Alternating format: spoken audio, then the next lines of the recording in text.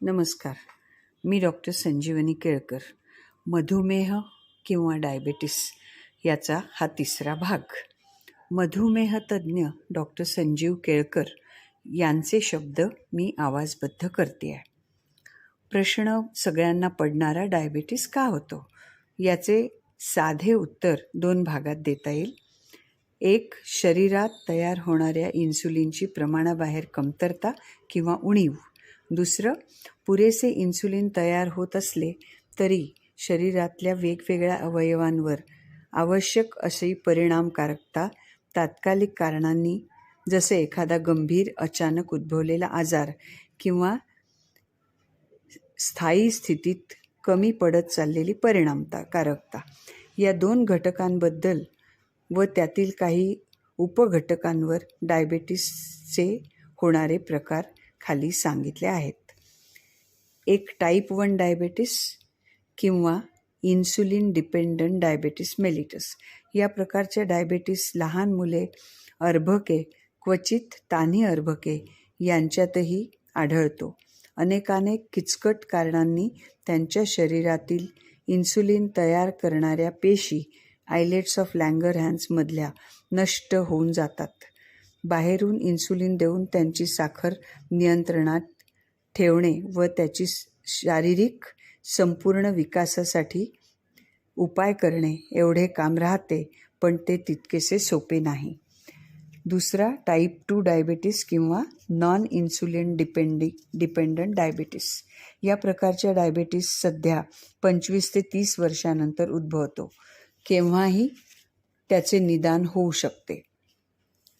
गंमत अशी आहे की 70च्या दशकात 55 वर्षे हा डायबेटीस डिटेक्ट होण्याचा एक उंबरठा होता, थ्रेशोल्ड ऑफ एज.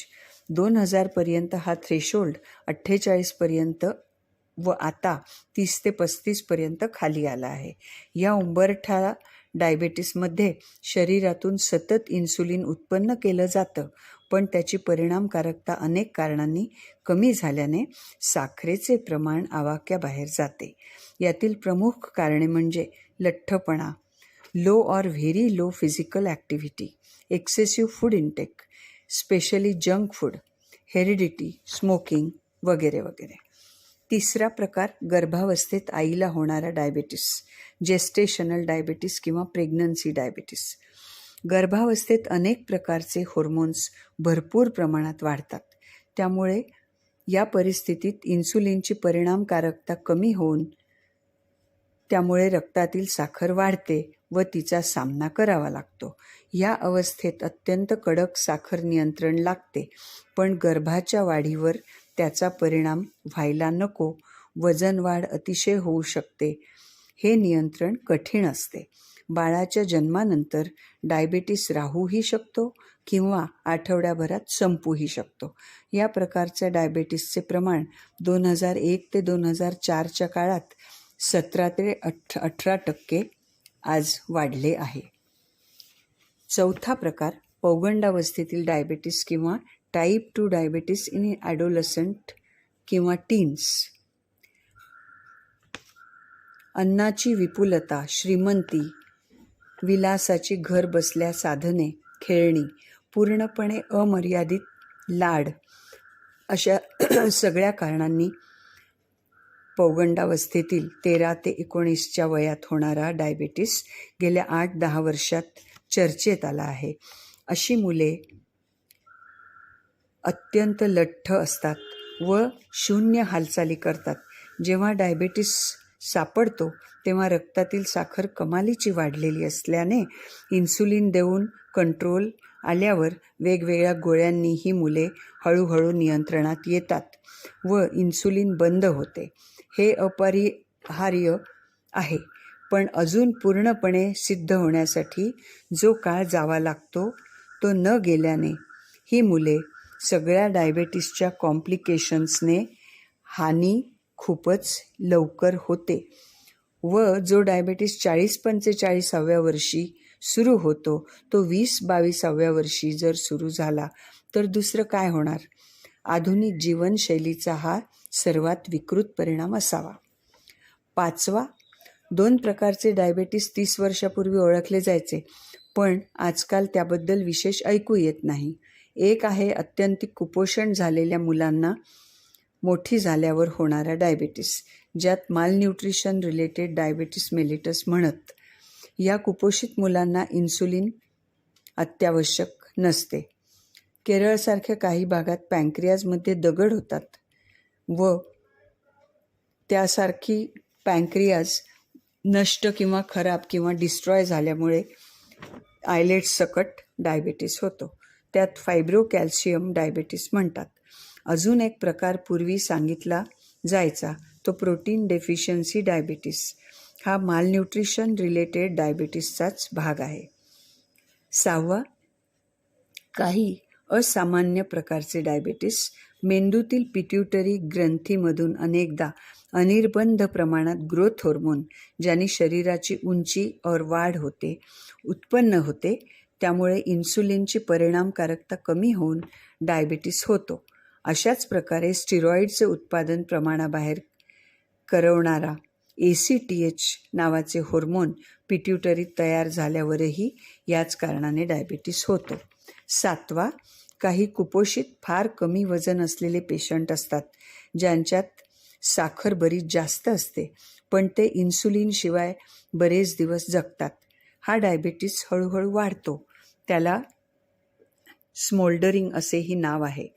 टाईप 1 डायबिटीसमध्ये ज्या प्रकारे इन्सुलिन उत्पन्न करण्याच्या पेशी वेगाने नष्ट होतात, त्याच प्रकारे वा कारणांनी या पेशंट्समध्येही त्या नष्ट होतात, पण नष्ट होण्याचा वेग खूप कमी असतो.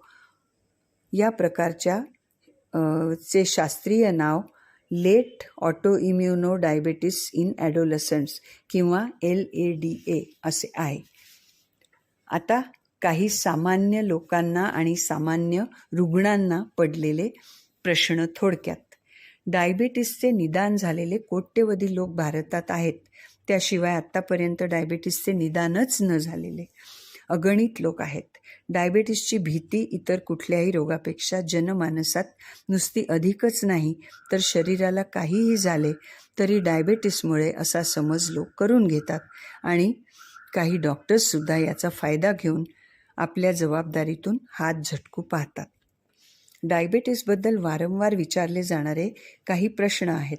मिथ्स अबाउट डायबिटीस जर गुगलवर तुम्ही टाईप केलं तर लक्षावधी नोंदी सापडतील, परंतु व्यवहारात किंवा प्रॅक्टिसमध्ये याशिवाय काही प्रश्न असतात. त्यांची समाधानकारक उत्तरे गुगलमध्ये सापडतीलच असे नाही. अशा काही प्रश्नांची उत्तरे या भागात दिली आहेत. प्रश्न 1, काळजी. माझा डायबिटीस कंट्रोलमध्ये नाही, त्यामुळे अतोनात चिंतित पेशंट्स. उत्तर, लॅबॉरेटरीच्या किंवा प्रयोगशाळेच्या रिपोर्टवर छापलेल्या साखरेच्या मर्यादा किंवा रेंज या ब्रह्मवाक्य नव्हेत हे ध्यानात ठेवणे जरुरी नाही. हे रिपोर्ट्स एक यांत्रिक निर्जीव व्यवस्था आहे. रेंजच्या बाहेर कुठलेही रीडिंग गेले की त्याला ठळक करणे एवढेच त्याला समजते. दुर्दैव असे आहे की डॉक्टर्ससुद्धा त्याची आड घेऊन रुग्णाला आणखी घाबरवून सोडतात. विचार याचा करायला हवा की साखरेच्या किंवा अन्य परीक्षांचे निकाल रेंजच्या किती बाहेर आहेत. रुग्णाचे वय काय आहे, या परीक्षेच्या आधी रुग्णाच्या तक्रारी काय आहेत, किडनीची ब्लड प्रेशरची अवस्था काय आहे, यावर निकालांना किती गंभीरपणे घ्यायचं हे न ठरवता नुसती भीती घालणं यासारखा दुसरा अन्याय नाही. वर नमूद केलेल्या घटकांपैकी सर्वात महत्त्वाचा घटक जर कुठला असेल तर तो रुग्णाचे वय. आज घटकेला 60 पार केलेल्या रुग्णांची संख्या खूप जास्त आहे. लॅबॉरेटरीच्या परीक्षेचे विश्लेषण करताना याचा विचार अत्यावश्यक असला तरी होतोच असं नाही. हे सांगितलेच जात नाही की वय वाढल्यास डायबिटीसचा कडक कंट्रोल इतका जरुरी नाही जितका 30-35 या वयात आवश्यक आहे. दुसरी आणखी महत्त्वाची गोष्ट म्हणजे असे कडक नियंत्रण मृत्यूला आमंत्रण आहे. डायबिटीसबरोबर ब्लड प्रेशरचा कडक कंट्रोल ही द्वयी मृत्यूला साक्षात आमंत्रण आहे. उदाहरणार्थ 60 नंतर ब्लड प्रेशर 150/90च्या खाली आले असले म्हणजे पुरे. 120 आणि 130 झाले तर धोकादायक असू शकते. प्रश्न 2, जर वाढत्या वयाबरोबर सैल नियंत्रण आवश्यक असेल तर त्याची मर्यादा कशी ठरवायची? उत्तर: हे नियंत्रण असे हवे ज्यात रक्तातील साखर इतकी कमी होऊ नये की वारंवार भूक लागावी. जेवणाच्या वेळी आत्ता खाल्ले नाही तर झाले असे भीतीदायक फिलिंग येणे बंद झाले पाहिजे. हाच विषय पुढे वाढवायचा तर बऱ्यापैकी नियंत्रणामध्ये असणारा डायबेटीस काही ठराविक वेळात साखर खूप खाली आणतो व अनेक प्रकारची लक्षणे, थकवा, डोकेदुखी, हातापायात अशक्तता वाटणे इत्यादी सर्वसाधारणपणे संध्याकाळच्या सुमारास होते. त्याची नोंद डॉक्टर्स घेत नाहीत, कारण आजकाल काहीच विचारायची पद्धत राहिलेली नाही. रिपोर्ट पहा, औषधे द्या किंवा बदला.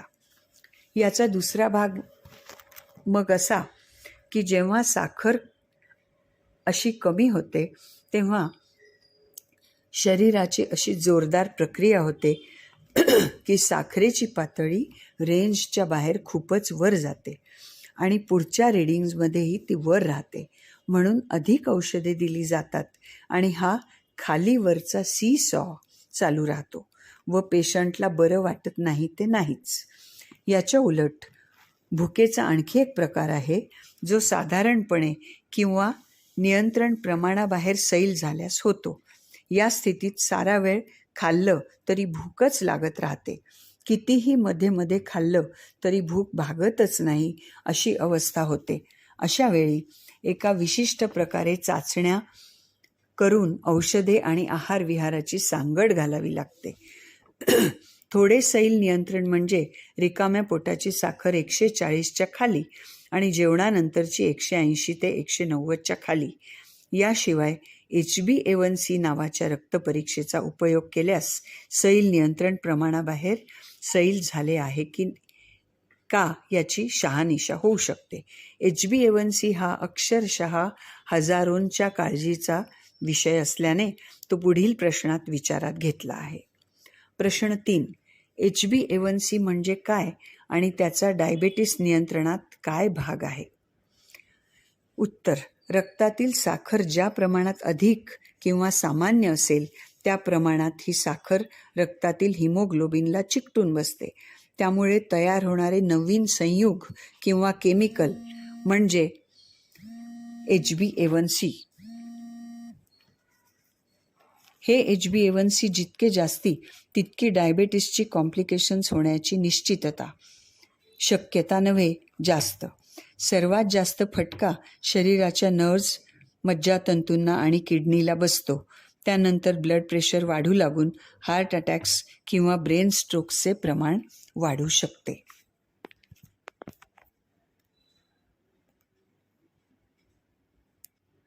उरलेलं ब्रेन स्ट्रोक आणि HbA1c पुढील भागात. धन्यवाद.